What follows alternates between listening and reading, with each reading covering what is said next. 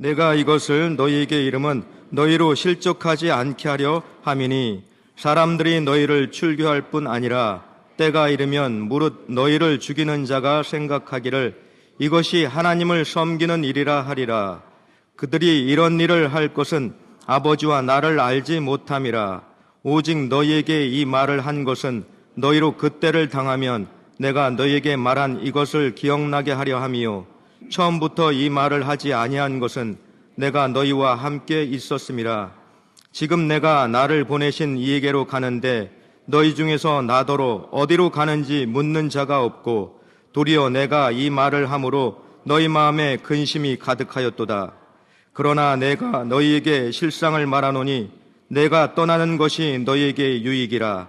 내가 떠나가지 아니하면 보혜사가 너희에게로 오시지 아니할 것이요 가면 내가 그를 너희에게로 보내리니 그가 와서 죄에 대하여 의에 대하여 심판에 대하여 세상을 책망하시리라. 죄에 대하여라 함은 그들이 나를 믿지 아니함이요 의에 대하여라 함은 내가 아버지께로 가니 너희가 다시 나를 보지 못함이요 심판에 대하여라 함은 이 세상 임금이 심판을 받았음이라. 내가 아직도 너희에게 이를 것이 많으나 지금은 너희가 감당하지 못하리라. 그러나 진리의 성령이 오시면 그가 너희를 모든 진리 가운데로 인도하시리니 그가 스스로 말하지 않고 오직 들은 것을 말하며 장래일을 너희에게 알리시리라. 그가 내 영광을 나타내리니 내 것을 가지고 너희에게 알리시겠음이라.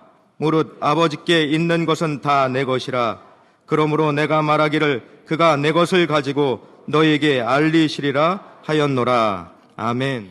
우리가 지금 다락방 강의 말씀을 계속 보고 있는데 이제 16장 마지막 장에 들어왔습니다. 여기에서는요 특별히 한 주제에 좀 집중하고 계십니다. 예수님이 잡히시던 날 밤 제자들을 떠나야 하는 이후 또한 그 이유와 더불어 그 이후에 일어날 고난에 대해서 말씀해 주십니다. 눈으로 보이고 손으로 만질 수 있는 주님이 더 이상 제자들과 함께 계시지 않는 그 아쉬움의 차원이 아닙니다. 예수님과 함께 있었다는 이 제자라는 이 명목 하나 때문에 제자들이 앞으로 감당해야 되는 박해, 심지어는 목숨까지 위협당하는 일들이 앞으로 일어날 것이라고 예수님이 말씀해 주고 계십니다. 2절 말씀 다시 한번 읽어보죠. 함께 읽습니다. 시작. 사람들이 너희를 출교할 뿐 아니라 때가 이르면 무릇 너희를 죽이는 자가 생각하기를 이것이 하나님을 섬기는 일이라 하리라. 아멘. 여기 보니까 너희가 출교당할 것이다. 이 출교라는 말이 우리에게 얼마나 실감이 가는지 모르겠어요. 유대인 사회에서는요, 이 출교당한다. 무슨 말이냐면 회당에서 쫓겨난다는 겁니다. 오늘날로 이야기하면 교회에서 쫓겨난다. 그런 말이죠. 이것이 신앙의 영역에 제한된 것이 아니었습니다. 가끔 교회에서도요, 죄를 범하고 회개하지 않으면은 그래서 계속해서 교회 공동체를 어지럽게 하고 무너지게 하는 그러한 분이 있게 되면은요, 성경 말씀에 근거해서 징계 조치를 합니다. 우리 교회도요, 가끔 그런 일들이 일어나고 있어요. 마태복음 18장에 예수님께서 주신 말씀인데 이 말씀대로 우리 교회도 실천하고 있는데요. 15절부터 보면은 내 형제가 죄를 범하거든 가서 너와 그 사람과만 상대하여 권고하라. 만일 들으면 내가 내 형제를 얻은 것이요. 만일 듣지 않거든 한두 사람을 데리고 가서 두세 증인의 입으로 말마다 확증하게 하라. 만일 그들의 말도 듣지 않거든 교회의 말하고 교회의 말도 듣지 않거든 이방인과 세리와 같이 여기라. 예수님이 이렇게 주신 인스트럭션이에요. 이렇게 해서 교회를 거룩하고 정결하게 지키면서 서로를 온전한 회개와 용서로 주님의 이 긍휼 안에서 살게 하라는 말씀인데요.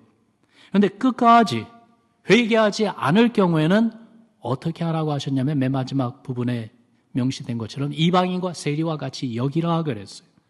그 말은 구원받은 신앙 공동체의 일원이 더 이상 아니라는 것입니다. 구원받아야 할 죄인으로 여기라는 말씀이죠. 교회 안전을 위해서 또한 온전한 회개의 증거가 있기 전까지는 때로는요, 이방인과 세리와 같이 여기는 이것이 어떻게 practice 되냐 하면은 어떤 경우에는 교회 접근 금지까지 취하기도 합니다. 그러나 우리가 사는 사회에서는 그렇게 신앙 공동체에서 출교당한다 해서 생계 어려움을 당하거나 아니면 생명의 위협을 받는 건 아니죠. 그래서 많은 경우에 대수롭지 않게 생각하는 그러한 일들을 우리가 봐요. 교회에서 내쫓음을 당했다. 그래? 나도 안 나가 하면서요. 오히려 그렇게 대응하며 자기의 삶을 살아가는 그런 모습이 있기도 한데, 그러나 예수님 시대 유대인의 사회에서는 절대 그럴 수가 없었습니다. 출교당하면 모든 관계가 다 단절됩니다. 가족과의 관계가 단절이 돼요. 그래서 가족의 일원으로서 더 이상 살 수가 없어요. 또한 친구, 이웃과의 관계도 단절이 됩니다. 심지어 법적 권리도 잃게 됩니다. 그렇게 되니까 더 이상 먹고 살 길이 막혀버리는 거예요. 생존의 위기가 옵니다. 그것만이 아니라 율법의 그 열정으로, 열심으로 해를 끼치려는 사람들이 일어나기도 합니다. 그래서 결국은 그 살던 그 마을이나 아니면 그 도시에서 계속 살지 못하고 이주하게 되죠. 그런데 다른 곳으로 이주하여 살다가도 출교당한 사실이 다시 한번 드러나게 되면 더욱더 배제당하고 위험을 당하게 되는 것이 그 당시의 현실이었습니다. 심지어 예수 그리스도를 전하는 스데반을 돌로 쳐서 죽인 그 유대인들은요, 자신들이 하나님의 일을 한다고 생각하며 그 일을 한 것입니다. 바울이 다메섹으로 가는 길에 부활하신 예수님을 만나기 전에는 바로 그 유대인들의 그 생각을 그도 가지고 있었지요. 그래서 예수 믿는 제자들을 박해하고 죽게 만드는 것이 하나님을 향한 정의로운 일이고 신앙의 열정이라고 생각했어요. 그래서 도저히 주저하는 그러한 모습이 없었죠. 그러니 예수님이 떠나고 제자들이 직면해야 할 고난은 이루 말할 수 없는 감당하기 힘든 어려운 일이 그들 앞에 기다리고 있었습니다. 주님은 제자들에게 이런 내용을 미리 말씀해 주기를 원하셨어요. 4절에 보니까 오직 너에게 이 말을 한 것은 너희가 그때를 당하면 내가 너에게 말한 이것을 기억나게 하려 하며 그래서 너희로 실족하지 않게 하려 함이라. 미리 알게 하시고 미리 준비하게 하신다는 거죠. 그래서 그 순간이 왔을 때에 실족하지 않게 하시려고요. 그런데요, 놀라운 것은 오늘 본문 말씀을 쭉 읽어가다 보면은 이러한 위기와 그리고 또한 이러한 어려움이 지금 다가오고 있는 과정 가운데 예수님은 당신이 제자들을 떠나는 것이 오히려 더 잘 되는 일이다. 그런 말씀을 7절에서 이렇게 하십니다. 내가 너에게 실상을 말하노니 내가 떠나가는 것이 너에게 유익이라. 떠나는 것이 더 좋다는 거예요. 왜 그 말씀을 하셨을까요? 보혜사 성령이 오시기 때문이라고 말씀하십니다. 예수님이 말씀하신 보혜사, 우리가 벌써 이 다락방 강의 이 기간 동안에 몇 번 들은 그러한 말씀이죠. 여러분 한번 따라합시다. 보혜사. 보혜사, 이 헬라어로는요 파라클레이토스라는 말인데요, 이 뜻은 다른 사람에게 도움을 베풀려고 곁에 부름받은 사람을 뜻합니다. 그래서 어떤 사람을 보혜사라고 부르냐 하면은요, 변호사, 조력자, 위로자, 상담자, 그리고 또한 나에게 힘이 되어주고 나를 보호해줄 수 있는 그 친구, 이러한 사람을 가리켜 보혜사라고 부르게 되죠. 요한일서 2장에 보면은 헬라어 성경으로 볼 때에 예수 그리스도 당신 자신을 보혜사라고 불렀습니다. 그러니까 예수님이 보혜사예요. 바로 하나님 아버지께서 우리에게 보내주셔서 우리 곁에 계시고 우리와 함께하여 주시는 그 예수님, 보혜사의 역할을 하셨지요. 그런데 예수님이 성령을 가르치실 때에 당신이 하시던 그 역할을 또 다른 보혜사께서 하신다 소개해 주고 계십니다. 그러므로 성령님이 하시는 가장 기본적인 일은 우리 곁에 오셔서 우리의 신앙을 도우시는 그 보혜사, 그 일입니다. 보혜사 성령이 오시기 때문에 예수님이 제자들 곁을 떠나는 것이 제자들에게 오히려 더욱더 유익하다고 말씀하세요. 왜냐하면 성령님이 오시면은 바로 제자들과 함께 하시고 제자들 그 마음 안에 임재하시면서 어떤 경우에도 어떤 상황에도 제자들을 떠나지 아니하실 것이기 때문이죠. 그러면 성령이 오셔서 우리 곁에 계셔서 우리 신앙을 도우시면서 무슨 일을 하실지 오늘 우리가 읽은 본문 말씀에서 세 가지를 말씀하시는데요, 그 가운데 특별히 출교당하는 일이 일어나고 생명의 위협을 받는 어려움, 그러한 위태로운 일이 앞에 다가오고 있기 때문에 특별히 첫 번째 부분에서 예수님이 가장 많이 강조하며 말씀해 주십니다. 성령님이 오셔서 하시는 일, 어떤 일을 하시는가? 세상을 책망하신다고 하십니다. 따라합시다. 책망하신다. 8절에 보면 그 말씀이 있죠. 같이 읽어봅니다. 시작. 그가 와서 죄에 대하여, 의에 대하여, 심판에 대하여 세상을 책망하시리라. 여기 보니까 성령님이 세상을 책망하시는데 첫 번째는요, 죄에 대하여 세상을 책망하신다고 그러세요. 이게 무슨 말인가? 여러분, 성령은요, 우리로 구원자가 필요하다는 그 사실을 깨닫게 해 주시는 분입니다. 무슨 말이냐 하면은요, 구원자를 필요로 느끼도록 하신다는 건데, 구원자가 나에게 정말 필요하다, 나를 구원하실 분이 필요하다, 그걸 느끼는 분은 어떤 분이냐면은 나에게 문제가 있다. 나에게 특별히 죄의 문제가 있다. 그거를 아는 사람인데요. 성령이 내 안에, 우리 안에 일하실 때에 이러한 고민이 생깁니다. 아, 내가 죄인이구나. 내가 죄를 짓고 살아왔구나. 이대로 그냥 있으면 하나님의 무서운 심판을 피할 길이 없는데 어떻게 해야 되는가? 이러한 생각을 갖게 하시고 깨닫게 해주신다는 거예요. 이렇게 죄에 대하여 세상을 책망하시는 분이 성령이십니다. 예수님이 로마 총독 그 빌라도 앞에서 재판받을 때 사람들은 외치며 디맨드했지요. 예수를 십자가에 못 박으라, 그를 십자가 처형으로 죽여라, 그렇게 외쳤습니다. 그런데 자신들이 무슨 짓을 하고 있는지 알지를 못했어요. 그저 선동하는 사람들에 이끌려서 군중의식에 그렇게 끌려가지고 예수님을 십자가 죽음으로 몰아갔던 그 군중들. 오순절날 베드로가 성령 충만하여 그들에게 복음을 전하면서 그들의 죄를 폭로하죠. 사도행전 2장 36절에 이스라엘 온 집은 확실히 알지니 너희가 십자가에 못 박은 이 예수를 하나님이 주와 그리스도가 되게 하셨느니라, 이렇게 그들의 죄악을 폭로했습니다. 그랬을 때 그들이 무슨 말하는 거야 하면서 대적하고 오히려 배제하는 것이 아니라 그들이 어떤 반응을 보였는가, 그 말을 들었을 때요, 37절에 보니까 같이 읽어봅니다. 시작. 그들이 이 말을 듣고 마음에 찔려 베드로와 다른 사도들에게 물어 이르되 형제들아 우리가 어찌할꼬 하거늘. 베드로의 전하는 말을 듣습니다. 정말 들어봅니다. 그 말이 들립니다. 그런데 그 말을 들을수록 마음에 찔림을 받습니다.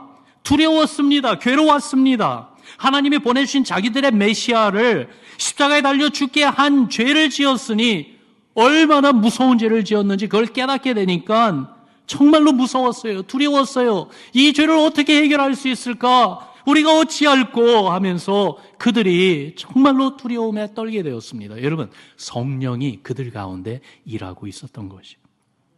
우리 사람은요, 여간해서 내 죄를 인정하려고 하지 않습니다. 변명과 이유를 대는 것이 우리들이에요. 인간의 조상인 아담의 이야기를 보세요. 하나님이 아담에게 왜 먹지 말라는 선악과를 먹었냐 하고 그렇게 물어보셨을 때에 하나님, 내가 범죄했습니다. 하나님의 말씀을 어겼습니다. 용서해 주소서 하고 나올 것 같지요? 그런데 그렇게 했나요? 아니요. 뭐라고 대답했습니까? 하나님이 나에게 주신 여자 때문에 먹었습니다. 그렇게 대답하지 않습니까? 책임 전가하잖아요. 어떻게든지 내가 잘못한 것은 아니라는 것이, 이게 바로 우리의 본능이에요. 그런데 이 인간의 본능을 깨고 하나님에게 죄를 범했다는 것을 깨닫게 해주시는 분이 성령인 것입니다. 특별히 어떤 죄를 깨닫게 해주시는가? 예수님이 죄에 대하여 세상을 책망하신다고 하면서 그것을 좀 더 풀어주시는 말씀이 9절에 나오는데요. 9절에 보니까 죄에 대하여라 함은 그들이 나를 믿지 아니하며 그랬어요. 그러니까 특별히 어떤 죄에 주목하고 계시는가 하면요, 예수님을 믿지 않는 죄에 대하여 주목하고 계십니다. 여러분, 예수님 믿지 않는 거 죄입니다. 어떻게 생각하세요? 좀 너무하다 그렇게 생각 들지 않아요? 이 세상에 예수님 믿지 않는 사람들이 얼마나 많습니까? 그들이 예수님 믿지 않는 그 순간순간이 죄를 짓고 있다는 거예요. 한번 생각해 봅시다. 예수님은 모든 이들의 왕으로 오셨습니다. 그분의 이름 앞에 무릎을 꿇고 경배하는 것이 마땅합니다. 예수님 시대에 보니까 바리새인과 서기관들, 종교 지도자들 누구보다도 더 먼저 예수님을 알아보고 예수님 앞에 경배해야 할 그들이 오히려 예수님을 시기했습니다. 미워했습니다. 대적했습니다. 사람들에게 인정받고 존경받던 자리에 있었던 그들 앞에 정말로 모든 이들의 존경과 인정을 받아야 할 주님이 나타나셨을 때에 겸손한 자리로 내려오지 않고 오히려 그 주님을 죽여 없애려고 했습니다. 여러분, 이것을 가리켜 뭐라고 한 줄 아세요? 반역이라고 합니다. 뭐냐 하면은 왕이 오셨는데, 그래서 그 왕을 왕으로 인정하면서 그 왕 앞에 머리 숙여야 되는데, 오히려 내가 왕 노릇하고 있는 그 상황에 왕이 오니까 그 왕을 없애려고 하고 나의 이 왕 노릇한 거 계속 갖고 있으려고 하는 거, 이게 반역 아니겠습니까? 중한 죄이죠. 생각해보면 이것이 어찌 종교 지도자들만의 문제였겠습니까? 누구든지 내 삶의 참된 주인, 나의 왕이 나타나셨는데 그분을 인정하지 않고 아직도 내가 내 삶의 주인인 양, 내 뜻대로 살겠다고 하는 것은 예수님 앞에 반역의 중한 죄를 짓고 있는 것이라 할 수 있지 않겠습니까? 그러므로 예수님을 믿지 않는 것, 예수님 앞에 겸손히 무릎 꿇지 않고 예수님의 말씀과 뜻을 무시하면서 내 멋대로 내 뜻대로 세상을 쫓아 살아가는 것, 여러분, 그게 다 죄다 이 말씀이에요. 생각해 보면은 하나님의 말씀을 어기고 하나님을 무시하며 살아가는 그 모든 죄, 계속 그 원인을 뚫고 들어가다 보면 결국 여기에 도달해요. 예수님을 믿지 않는 죄예요. 심지어 예수님을 안 믿고 내 의지로, 내 힘으로 그래도 나는 선하게 착하게 남에게 해를 끼치지 않고 살려고 노력하고 있으니까 이만하면 되지 않느냐라고 하는 것, 여러분, 그것도 죄입니다. 착하게 사는 기준, 선한 기준을 하나님의 완전한 기준에 두지 않고 내 멋대로 정하기 때문에 죄인 것입니다. 그런데요, 이런 내용을 성령이 깨닫게 해주신다는 거예요. 사람이 자기 스스로 이걸 깨닫는 게 아니에요. 성령님이 우리 마음에 일하시면서 깨닫게 해주실 때 거기에서 회개가 일어나고 우리의 참된 구원자 되신 예수님을 사모하며 예수님 앞에 나오기를 소원하는 그러한 마음의 움직임이 있다는 거죠. 성령은 또한 의에 대하여 세상을 책망하신다고 그랬습니다. 10절에 그 내용을 설명해 주고 계신데요. 같이 읽어봅니다. 시작. 의에 대하여라 함은 내가 아버지께로 가니 너희가 다시 나를 보지 못하며.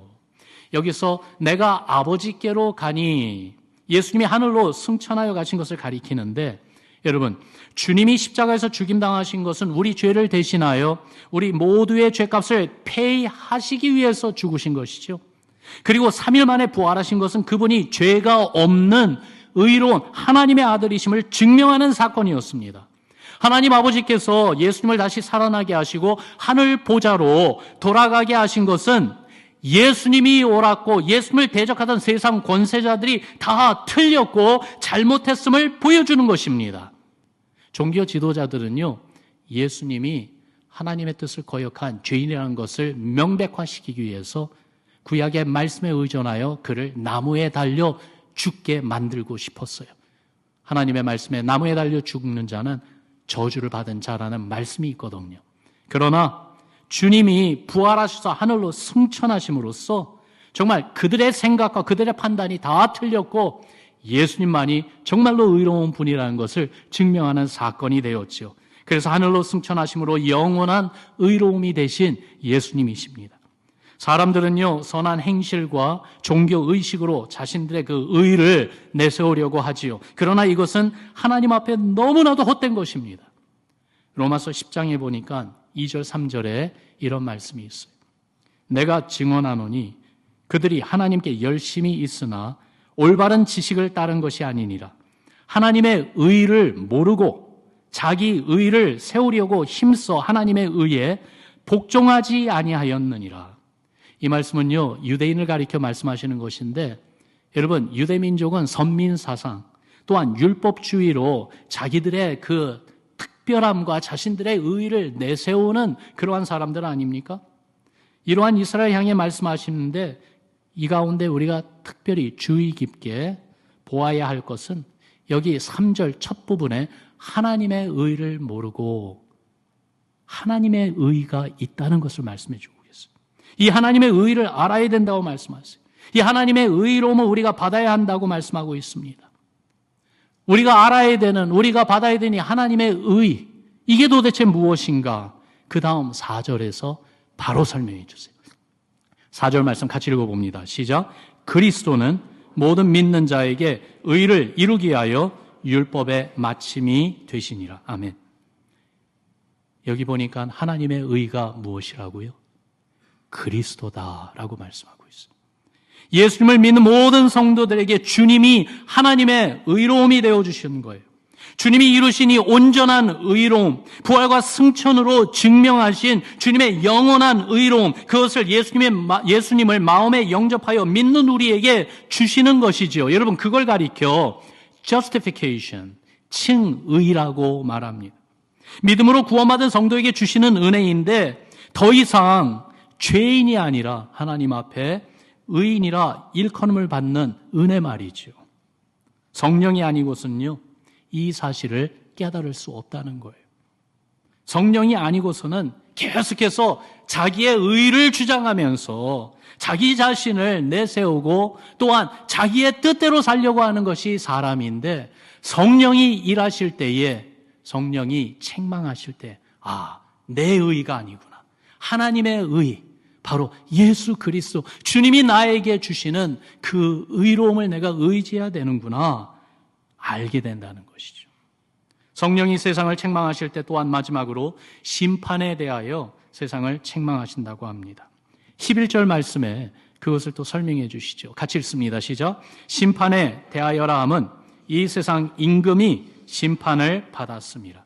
여기서 이 세상 임금은 사탄 마귀를 가리켜요. 공중의 권세 잡은 자, 또한 이 마귀의 권세로 세상을 장악하고 있는 권세자들을 또한 가리킵니다. 그들이 예수님을 심판하여 십자가에 달려 죽게 했습니다. 그러나 실상은 그 십자가의 자리가 예수님이 심판받은 자리가 아니라 세상 임금인 사탄 마귀가 심판받는 자리가 되었다는 것이에요. 무슨 말씀이냐면요, 예수님을 죽인 이 세상의 심판이 도리어 그들에게 심판을 가져다 줄 가장 무서운 죄라는 사실을 성령이 드러내어 보여주신다는 것입니다. 그렇기 때문에 제자들이 때로는 출교를 당하고 감옥에 갇히고 심지어 죽임을 당한다 할지라도 그러한 일들이 일어날 때 하나님께 버림받아 일어나는 일들이 아니라는 사실을 알라는 것이죠.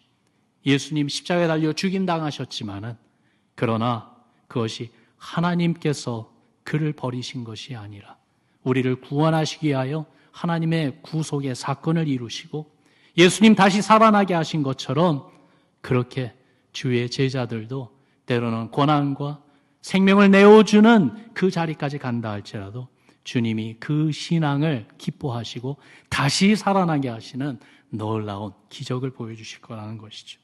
실제로 성령 받은 제자들이 복음을 전하다 고난을 받고 죽임을 당했지만은 이 말씀을 기억하면서 순교의 자리까지도, 그 자리까지도 나아갔습니다. 우리가 두려워해야 할 분은요, 몸을 죽일 수 있는 사람이 아닙니다. 우리의 영혼을 죽이실 수 있는 하나님을 두려워해야 됩니다. 여러분, 천하를 얻기 위하여 하나님을 대적하는 자리에 서려고 하지 말고요, 천하보다도 더 소중한 한 생명을 얻기 위해서 주님을 끝까지 증거하는 증인으로 살아야 되겠습니다. 성령이 바로 그렇게 살도록 우리를 도우신다는 것입니다. 그래서 성령이 이렇게 세상을 책망하신다는 이 말씀을 생각해 볼 때 이런 생각을 해봐요. 죄에 대하여, 의에 대하여, 심판에 대하여 세상을 책망하시는 성령이 여러분과 저도, 우리 교회도, 나도 책망하시나? 한번 그런 생각을 해봅니다. 여러분, 때로는 성령이 여러분을 책망하시는 것을 느끼십니까? 때로는 성령이 우리 교회를 책망하시는 것을 느끼십니까? 불의가 가득한 내 안에 성령이 오셨잖아요. 그렇죠? 우리가 완벽한 사람이 되었기 때문에, 준비가 되었기 때문에 성령이 오신 것이 아니라 죄악으로 사무친 그러한 나의 성품, 그리고 나의 존재, 그런데도 거룩한 성령이 내 안에 들어오셨잖아요. 나와 함께 하시잖아요. 그렇다면 당연히 나의 교만함, 나의 독선적인 태도, 나의 이 세상과 타협하려고 하는 그러한 마음, 이러한 내용에 성령이 계속 부딪히시면서 우리를 책망하시는 것이 당연하지 않을까요? 그래서 말씀을 대할 때마다, 기도할 때마다 때로는 주님 앞에 내 마음을 이렇게 드리면서 주께 다가가려고 할 때마다 양심의 찔림을 느끼고요, 성령의 책망을 느끼는 것은요, 우리의 신앙이 살아있다는 증거가 아닐까요? 오랫동안 신앙생활을 했다 할지라도 여러분 가끔은 이런 생각이 있어야 되지 않을까요? 내가 원래 이렇게 악한 자였나? 내가 원래 이렇게 못된 자였나? 내가 어떻게 이렇게 할 수 있지? 예수 믿는다고 하는 내가 어떻게 이럴 수가 있지? 주님, 너무나도 죄송합니다. 부끄럽습니다. 정말로 그러한 생각이 들 때, 그래서 그 순간순간마다 의로우신 주님만을 다시 한번 의지하면서 살아가려고 하는 것은요, 성령이 우리 안에 일하고 계시는 증거인 것입니다. 여러분, 성령이 책망하신다, 세상을 책망하신다 그러니까 나와는 상관이 없다, 그렇게 생각하지 맙시다. 주의 성령이 내 가운데, 우리 가운데 일하십니다. 그러면서 성령은요, 또한 진리로 인도하십니다. 따라합시다. 진리로 인도하신다. 13절 말씀 같이 한번 읽어봅시다. 시작. 그러나 진리의 성령이 오시면 그가 너희를 모든 진리 가운데로 인도하시리니 그가 스스로 말하지 않고 오직 들은 것을 말하며 장래일을 너희에게 알리시리라. 아멘. 진리를 안다는 것은 중요합니다. 여러분 동의하세요? 진리를 안다는 것은 정말 중요해요. 진리를 모르고 사는 것은 거짓 가운데 사는 거잖아요. 속으며 사는 거잖아요. 성경은 사탄 마귀를 거짓의 아비라고 그랬어요. 죄와 마귀의 노예로 사는 거, 거짓 가운데 사는 거지요. 그런 우리를 진리 대신 예수님을 알고 믿게 도와주시면서 우리를 진리 가운데로 인도하시는 분이 바로 성령님이시라는 말씀이에요. 그런데 이 13절 말씀 특별히 관심을 갖고 보기를 원하는 부분이 있어요. 중간 부분에 보니까 성령이 스스로 말하지 않고 오직 들은 것을 말하며 라고 그랬어요. 성령님이 당신의 생각을 그대로 말씀하시는 것이 아니라 성령님이 우리에게 말씀하실 때는 그분이 들은 것을 말씀해 주신다. 이게 무슨 말인가 생각해 볼 때요, 우리가 이미 본 말씀 요한복음 14장 26절에 주님이 이런 말씀하셨죠. 보혜사 곧 아버지께서 내 이름으로 보내실 성령, 그가 너희에게 모든 것을 가르치고 내가 너희에게 말한 모든 것을 생각나게 하리라. 그러니까 성령이 주시는 말씀은, 성령이 우리 각자 개인 한 사람 한 사람에게, 성령이 우리 교회에 주시는 말씀은 하나님이 이미 주신 그 말씀을 주시는 것이고 예수님이 주신 그 말씀이라고 했습니다. 그러므로 성령이 우리에게 보여주시고 인도하시는 것은 이미 주신 말씀 안에서 이루어진다는 것이죠. 여러분, 이게 무슨 말이냐면요, 잘 들어보세요. 남이 모르는, 한 번도 들어보지 못한 성령이 나에게만 특별히 신비롭게 주신 그러한 계시, 그러한 깨달음, 지혜라고 하면서 유혹하는 자들을 경계해야 된다는 것입니다.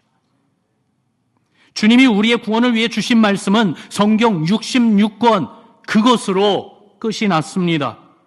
그 말씀을 알게 하시고 그 말씀 따라 살도록 도우시고 가르쳐 주시고 인도하시는 것입니다.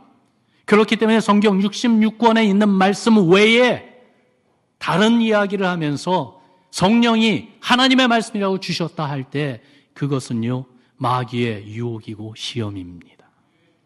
또한 장래일을 알리시겠다고 했는데 장래일이 무엇이겠습니까? 하나님 나라 아니겠습니까? 예수님의 재림과 함께 완전히 이루실 그 하나님의 나라. 그런데 놀라운 것은 그 나라가 아직도 미래형으로만 남아있지 않습니다.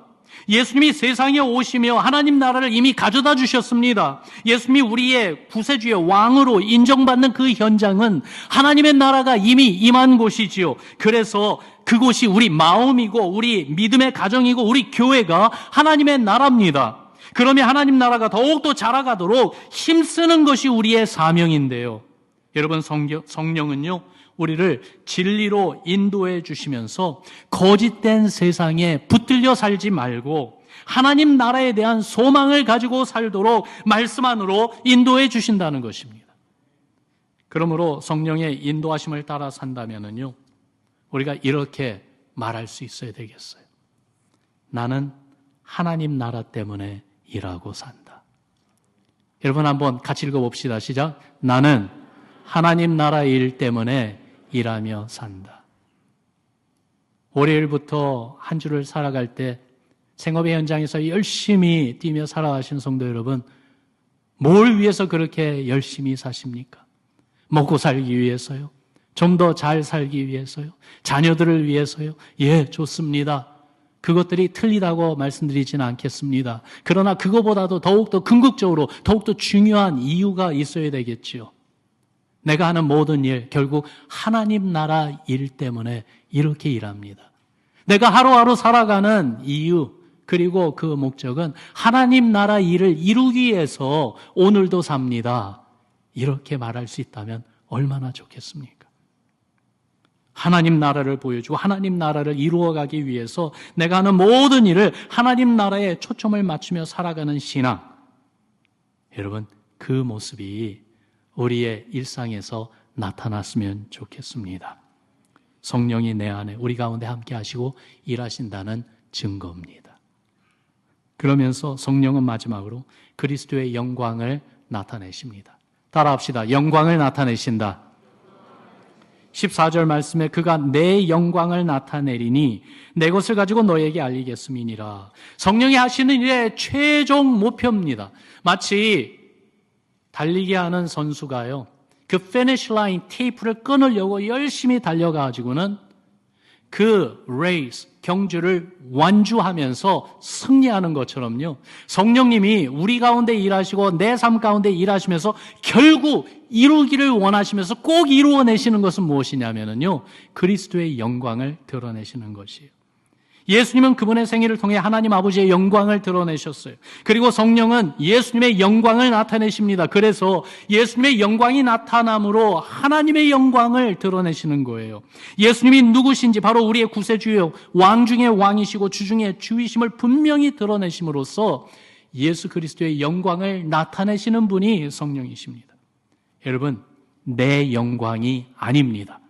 사람의 영광이 아닙니다. 세상의 영광도 아닙니다. 오직 예수 그리스도의 영광입니다. 주님을 더욱더 사랑하고 주님을 더욱더 드러내어 보여주고 싶고 그렇게 주님만을 높여드리고 싶어하는 그러한 여러분과 저의 신앙, 거기에는요 성령이 강력하게 일하는 모습이 있다는 것이지요. 올해 사실 작년 말부터 예배 시간에 그리고 말씀 가운데 기도 가운데 우리가 계속해서 부르짖으며 사모했던 것이 있어요. 부흥을 사모하면서 우리가 왔어요. 특별히 성령 부흥을 사모했어요. Spiritual revival.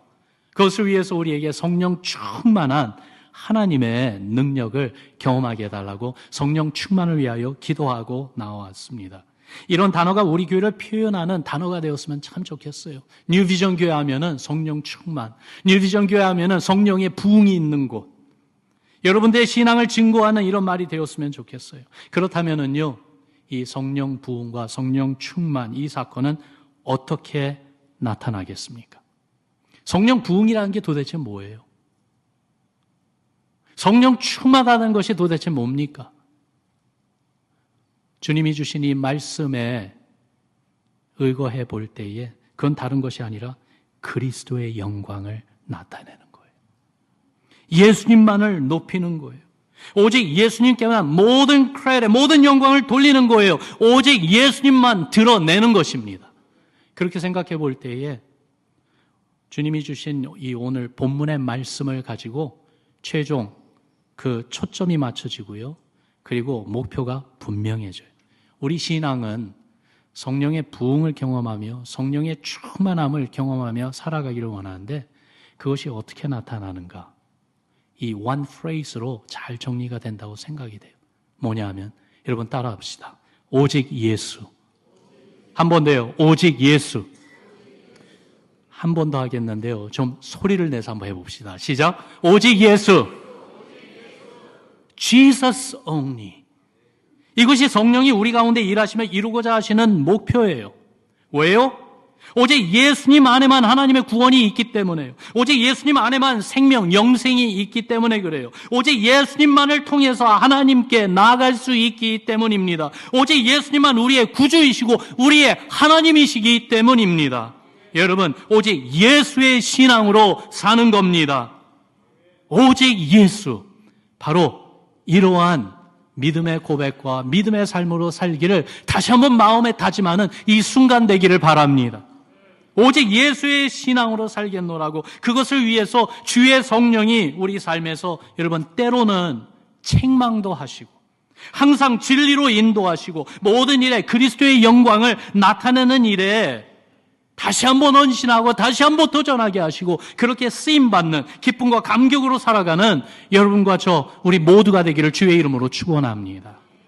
세상의 유혹과 시험, 환난과 핍박 가운데서도 우리의 보혜사 성령님이 함께해 주셔서 오직 예수, Jesus only를 외치며 보여주는 우리 교회 되기를 주님의 이름으로 축원합니다.